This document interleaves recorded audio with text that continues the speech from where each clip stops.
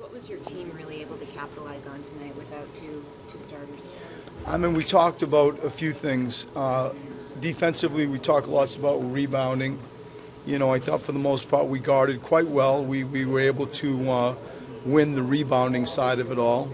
And then I think offensively, you know, when you come out and you have, it's 9 straight games that we've had 30-plus assists. I'm told we're the 4th team in the history of the sport to string that number of assists that many times. And it's a real credit to our guys. You know, Ben had 15 assists himself, and really hadn't it been for the ball that was the first play of the game that he kicked out, that was his only single turnover. So the sharing of the ball and helping each other really sort of steered the way for us offensively. 10 straight wins now. When you guys looked at the stretch of the schedule, the games all seemed winnable. But how have you been able to win 10 straight, in spite of everything that's been going on with injuries too? It's always about the team. You know, the spirit of the team is excellent. When we judge, like, how do you deliver a team to the playoffs, it was always kind of, for me in this order, is how do you do your best to maintain their health? And then a close second is, you know, always keeping their spirits up. I want them feeling great about themselves. And then the form, it's their health, it's their spirit, and then are they playing good basketball? And we took a hit with Joel with the health. And, you know, we took just a quick one with Dario, available tonight. But by and large, the spirit of the group has been excellent, and we're playing good basketball. I think because of that, I'm sure it's all interconnected, but our 10 wins, I think, has those types of qualities. Have you seen a growth in Ben? Because if you think, like, you look at it, the 2 guys aren't there, but he's not only getting the stats, but he's the leader on the floor. I mean, he's telling the guys what to do. There is no doubt about that, and I think his growth is certainly expedited. You know, when he looks over and our all-star isn't there, and then to your point, you know, Dario, we have to find some ways. And I thought Irsan and Amir were excellent tonight. You know, covering that. Cov came in at a 4 spot, and we revisited that. I thought he was good, but Ben, you know, all over the place. His presence, his disposition. And lately, even more his voice, I think, reeks of leadership, you know, real positive trends. What change have you noticed in his voice? That he's using it. Like, he really, and it sounds simple, but it's true, he's just using it more.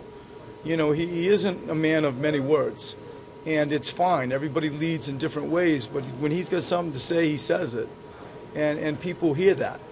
And then he's able to lead through example a lot, which certainly helps the package, but the combination of just some body language, using his voice, getting us organized offensively, picking apart a gym with his assists, elite stuff.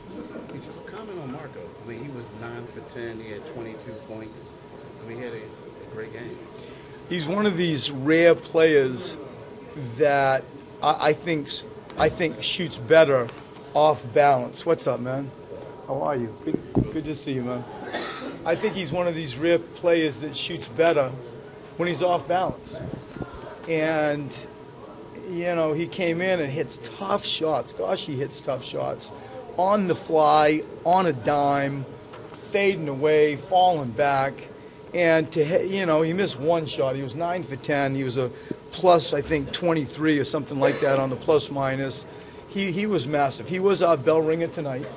And he really, all in all, has been a huge pickup for us. How has his efficiency impacted the second unit? He doesn't take a ton of shots to get to where he was at tonight. I mean, he's that classic weapon that you have coming off the bench that can erupt just for quick buckets. You know, they went on a 16-4 run in the 3rd period. We're up 13. I think they cut it back to 4. And then we responded with a 14-0 run, and the game kind of took off from that point. And he was a part of that. And the 3-ball is still king to me. Our defense was good, but making some of the threes that we made, led by him, will certainly help balloon the margin out. You just acknowledged Michael Carter-Williams. Do you allow yourself to pause and kind of reflect how far you've come in this short amount of time? A little bit, but we're so caught up in the moment, really. You know, like you're in the current, the NBA current.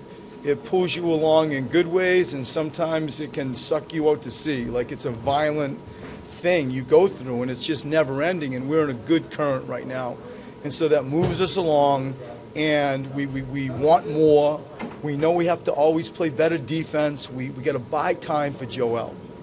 We really have to buy time for Joel. And we owe it to him to do whatever we can to let him play with his team, our team again. And we see the path to doing that is fighting like heck to get a home court advantage. We feel like we can control our own destiny if we're able to do that, which allows us to give ourselves a chance to reintroduce him to the team. And all those things are the things that I think most about, more than, you know, we've won sort of a lot of games in a row. What did you make of JJ's performance tonight, his ability to step up with some of those guys out of line? He's just a pro. He's just constant motion. And I try to put him in stuff where he can come off and shoot it. If he doesn't shoot it, he can pass it and go get it back. He can back cut. He can front cut. He's just perpetual movement, perpetual motion. And so, you know, I think he gets fouled all the time. I think people bear hug him all the time. He got one tonight. I think he get 2 or 3 a game.